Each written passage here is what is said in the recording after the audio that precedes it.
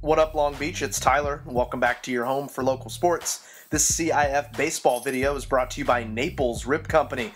At Millikan, the Rams lining up for their first round playoff game here, hosting Edison out of the Sunset League, a very good Chargers team. And Millikan sending junior ace Jacob Alcorn to the bump. He's on quite the hot streak right now. And a couple of old buddies, Scott Glasser and Cameron Chin, the managers set to get this one underway. Millikan, top seed out of the Moore League, looking to represent for the LBC. And in the early going, things went to plan for Alcorn, 3 up, 3 down, as he ends it with a swinging K, and that's exactly how you want to start a playoff game at home. 431, his opposite number, sophomore Kaz Akamatsu, the number 2 starter for the Chargers, and he cruised through the first inning as well. Got the K and a couple of groundouts. Get used to that scene. Top 2, Adam Moses draws the leadoff base on balls. He'll walk 90 feet through the desert to first base. Chargers follow that with back-to-back singles from Parker Quenville and Michael Mahoney, as they just found the right spot. Steer nowhere to go with that ball. And it's jam time for Alcorn here in the second. Bases loaded, nobody out. Not a good spot to be in. Up comes Jake Scott. Beam me up the middle, Scotty. That'll score 2 runs as Dean Duggan tries to get in the way, but never really had a chance to make that out. But he is going to catch Scott in the pickle, and so the Rams eventually will track down out number 1, but Scott did deliver those goods. It's 2-0 to the road team.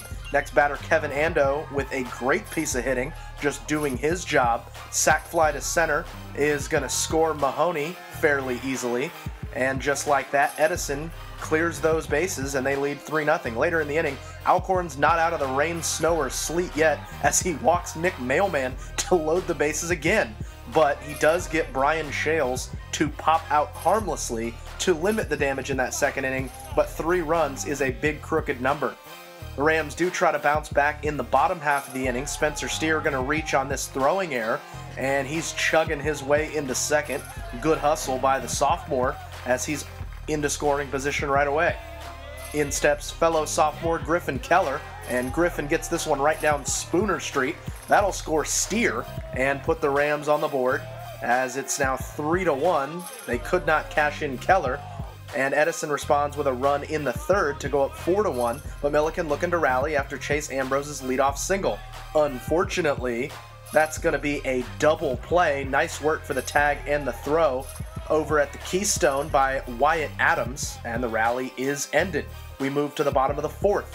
Steer gets a leadoff knock, but the law firm of Adams, Shales, and Moses going to turn to clear the bags. Akamatsu would never be threatened again for the rest of the game as he kept getting stronger. Millikan freshman Diego Alarcon kept the game within striking distance for the Rams, showing good composure out there on the bump for a 9th grader, getting himself some good playoff experience.